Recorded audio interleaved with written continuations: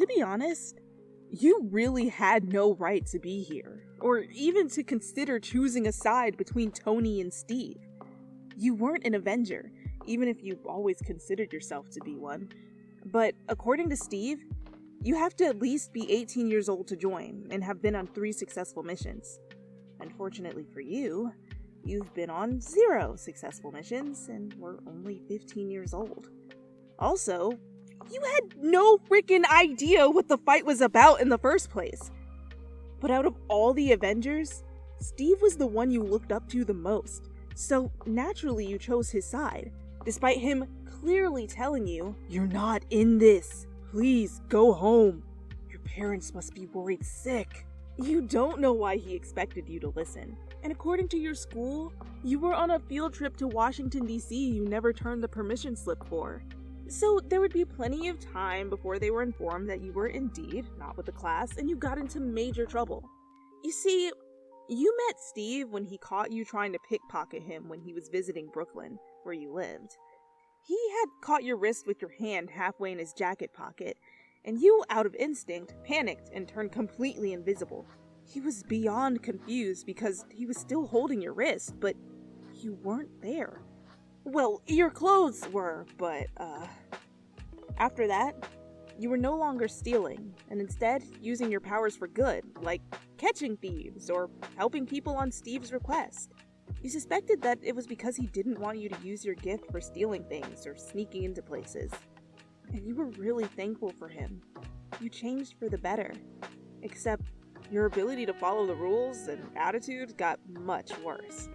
Regardless, you met Tony, and he helped develop a suit for you that would allow you to turn completely invisible without having to shed your clothing. Also, during training, when you were at, quote, marching band practice after school, you learned of your superhuman strength.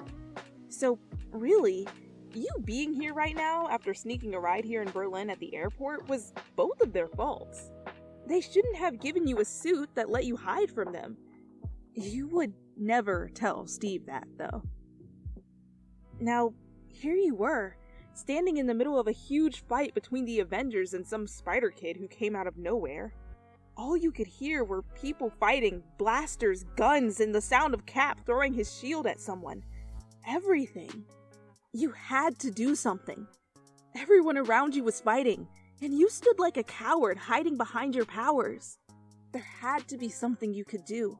Someone you could fight, and you knew there was no way in hell you'd ever last against some of those guys. Except, maybe him. The kid with the webs flew backwards and landed on a large crate near you, and you made a quick decision to finally cut in. I could take him, you thought. I mean, does he also know what this fight is? He hopped up to his feet, shaking off being thrown, and shot out his web, ready to propel himself off the ground and back into the air. Except, you had other ideas. And the moment his feet lifted off the ground, you reached out and grabbed him by the ankle. "Whoa, what the?" he started, but was cut off when his body slammed against the ground. He was in a confused daze and looked around, trying to see who the hell just did that. And there was no one. He went to leave, thinking he was crazy, but again, you grabbed his ankle and threw him to the side. "What is going on?" he cried as he landed on his back. He looked up again. This time, you decided to show yourself. The eyes on his suit shrinked as he examined you, seeing the playful look in your eyes underneath your small black mask. You couldn't help it. Seeing anyone's reaction to your invisibility was hilarious. "What? How did you?" He looked at you, completely shocked. You only laughed as he jumped to his feet.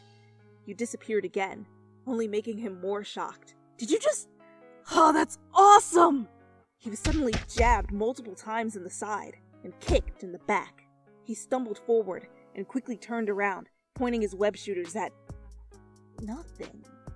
"Alright, whoever you are, where did you go?" he asked, before hearing a pair of feet running towards him. Before he could react, you suddenly popped up in front of him, and he felt your boots meet with the center of his chest. Peter flew backwards with an audible "Mr. Stark!" he called, and he continued to roll because you kicked him using your strength. "You didn't say an invisible person would be here!" he finished as he finally stopped in between two crates. Wait, invisible? Ah! Tony asked, before grunting as he was clearly hit with something. Oh, man. He sighed. Kid, don't tangle with them. They're not supposed to be here. Huh? Yeah, but I don't remember anyone invisible being on the event. Ah! He was grabbed and thrown again against the same crate from before, and when he made impact with the large crate, it made an even bigger dent. Okay, they are not nice. Of course they aren't. Get away from them, Tony said, and Peter sighed when he once again threw him. Okay, enough of that. He didn't care if there was an invisible person on the team anymore, and that Tony told him not to fight them. They kept throwing him. Okay, that's it. Where are you, Violet? He began to shoot in random directions, hoping he'd hit you. You were more so amused he called you Violet. Still, you dodged the webs, and you suddenly swept your legs under his. He fell backwards in surprise. You laughed, showing yourself once more. The boy underneath the mask turned to look up at you. Oh, there you are, he said breathlessly. You grinned at him smugly, and he took the chance to quickly shoot at you with his web. You managed to dodge the first one and turn invisible again, but the second one met your ankle, and your eyes widened in surprise. Got you! Ha! He pulled you back, making you fall and faceplant into the ground. You grunted as you felt and heard your nose crack against the cement. Your hands went to your face instantly, feeling the blood that dripped from your nose. You were pretty sure it was broken. You cursed, wondering how would you explain this to your parents. This was typical, you thought angrily. Of course, you hit him so many times and he comes out unscathed. But you, on the other hand, fall once and your nose is broken. Your parents were going to kill you if Steve didn't get to you first. How's it feel, huh? He asked, shooting you with another web that stuck you to the ground. You glared up at him, looking absolutely terrifying with the blood dripping down your chin and onto the pavement. Oh God, you're really bleeding. Did I? I'm so sorry. I didn't mean to. Wait. He paused and tilted his head. Can you not heal fast, or can you heal at all? He asked, curious.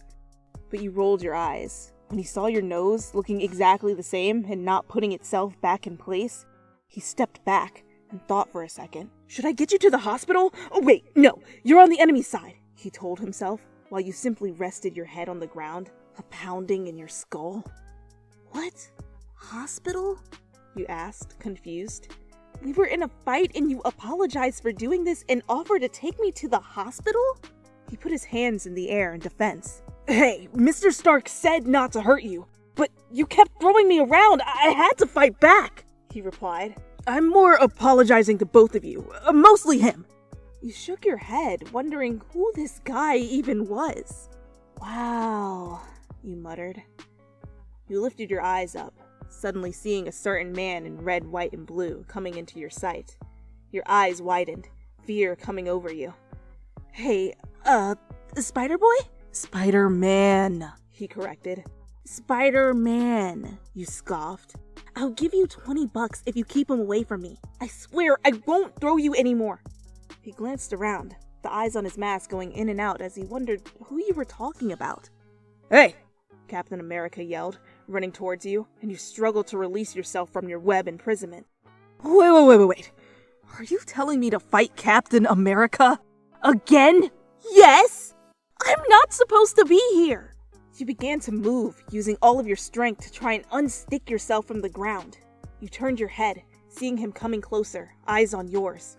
You panicked, and Spider-Man watched with confusion. Thanks, you groaned as you got yourself loose. For the help, you finished sarcastically as you pulled yourself out of the web. It still stuck to your back, but when Steve was just a few feet away, you vanished.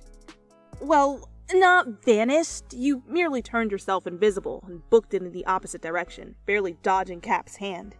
Peter jumped back, shooting out another web when he saw you run, hoping to catch you. He didn't. Keep an eye out for the kid. They came without permission and is injured, Cap said in his earpiece to the other Avengers fighting on his side, frown evident in his lips. You were lucky enough to escape Steve. He had much better problems, like getting to Siberia before Zemmo, than scolding you for joining a fight that wasn't yours. But your parents? That was something you could not escape. Tony had gotten you home, finding you laying on a bench in the airport after sending Parker home already. Tony got you out of trouble for helping Steve and sent you home while the others were arrested. Much to your dismay, Tony wouldn't say where he was going, but you knew he was going after Steve and Bucky. Anyway, you got home the very next day, your nose meant to look poorly bandaged up on your request. You were taken to the hospital by your parents before any yelling, thankfully. They believe you lied about the trip, and you went out with some friends you didn't have at school, got into a fight, and didn't come home because you were too scared. They believed it because that's exactly what you told them, and came up with on the plane ride back to New York. How gullible, you thought, when the lecture began. Well, since your loyal friend won't give any names, I think it's time we move your schools. You're going to move with your grandmother in Queens, your dad said. You cringed. She was very, very intolerant of you. You just knew it. But there was nothing you could do but act overly upset and go off. But that's how you found yourself in the next week attending a new school in Queens. Your nose still bandaged up and in the process of healing. Everyone at the school noticed you right away because of it. You adjusted your backpack as you exited the office, pulling your hood off your messy hair and clenching your class schedule in your hand, as well as the note containing your assigned locker. Eyes were on you as you walked past everyone. Hadn't they ever seen someone with a broken nose before? That staring was annoying, and you wanted to turn invisible. You couldn't be bothered, though. Only worried about the events that transpired after the fight. Worried about Steve, Sam, and everyone else who had been arrested at the airport. They were considered war criminals now, and the term simply pissed you off. As you made your way to your new locker, thinking about it with an annoyed expression, the door to the boys' restroom suddenly swung open and smacked you right in the nose. You winced and cursed out of pain, dropping your schedule and covering your nose. "Oh my God, I'm so sorry," a very familiar voice says. But you don't care enough to think about it because the pain shooting up your entire head prevented you. "I can't believe you just did that," another voice said next to him. "I didn't mean to," the familiar voice replied. You paused slightly, knowing you've heard that voice say those exact words before. "Nice going, Penis Parker," a more annoying voice yelled from across the hall. You applied pressure to your aching face, feeling fresh tears slip from your eyes. Except now you were confused because... Penis Parker? What kind of... You glanced to the side, seeing another student leaning back on his locker, surrounded by other students, laughing in your guy's direction. You turned away, eyes meeting the brown ones of the student who had accidentally hit you. He looked completely sorry that he just did. You found yourself not even being mad about it anymore underneath his concerned gaze. "I'm really sorry," he said again. You felt yourself nod. "It's okay. It's basically healed, just aches here and there," you said, rubbing the side of your cheeks lightly again, hoping that maybe the tears you just cried covered up the fact that you were blushing. "Whoa, what happened to you? Were you in a fight?"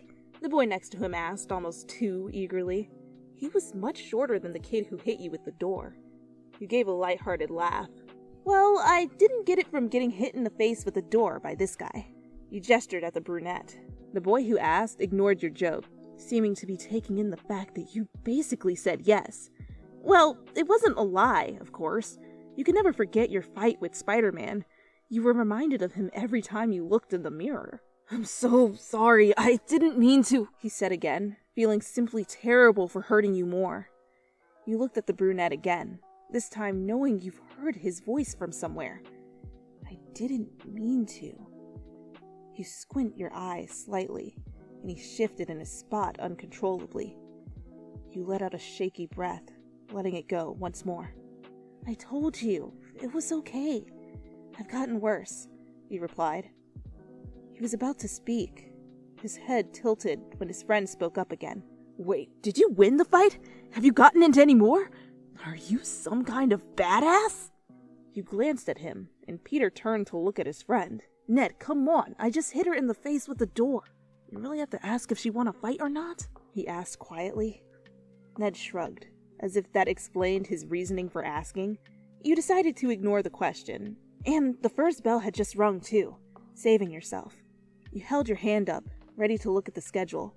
You had no clue where anything was, but being a new student would be your excuse. Except, the schedule was not in your hand. You looked around by your feet, almost panicking. You really didn't want to go back into the office and ask for another. They already thought you were trouble. Peter noticed you were looking for something, and quickly held up the schedule, remembering he had picked it up just after the door smacked you. You let out a sigh of relief, dropping your hands to your side. He smiled and held it out for you, stealing a glance at it. Just as you were about to take it from him, his eyes suddenly moved up and widened. You watched as his eyes looked over your entire face, resting on your nose for a split second, before his eyes widened even more, if that were possible. You blinked, confused and very uncomfortable under his stare now. Slowly, you took the green paper from his hand, not letting your eyes leave his. When the paper was safely in your hand, you took a few steps back and cleared your throat, saying, "Okay, well, please don't hit anyone else with the door, especially ones who have a bandage over their face." You awkwardly turned around and began to walk in the opposite direction, not caring if your class was there or not. Wait, do you need help finding your class? Ned called, but you walked faster. Me and Peter can help. You were basically running now. Get him back, come on. Ned elbowed Peter, but he didn't move from his spot. Ned sighed. Peter Parker. Huh. You thought to yourself. What a weird kid. Ned gave up and looked to Peter as they both turned around to head to class. Peter glanced back at your retreating figure. "Do you know them or something?" he asked, suspicious. Peter turned back around and ran his hand through his brown hair nervously. "Oh, no, just their name reminds me of someone I ran into during the Stark internship," he said. "Really? What was their name?" Peter remembered exactly what your name was, having taken a look at your name on the schedule. You told Ned your name.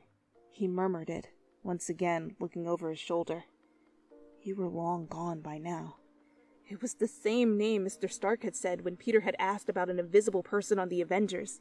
The same person he tripped and accidentally caused to break their nose. It was them. It was you. Except you weren't wearing a mask around your eyes this time and were completely visible. He wondered for a moment if you recognized his voice.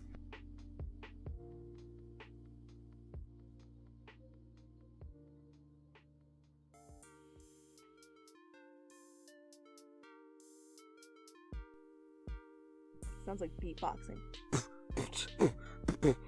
I'm not a beatboxer, it's not for me. Heard your nose crack against the cement. Ooh, that means we get to add in bone cracking sound effects. Ooh, it's gonna be painful. Oh, that's so mean, dude. You broke their nose and you're just like, how's it feel, huh? That's so rude. That's some Andrew Garfield Peter Parker right there. Just a whole asshole. I don't know how to say this without making him sound like an asshole. I don't know. Peter's just not an asshole like that. I'm so sorry. I didn't mean to... Wait.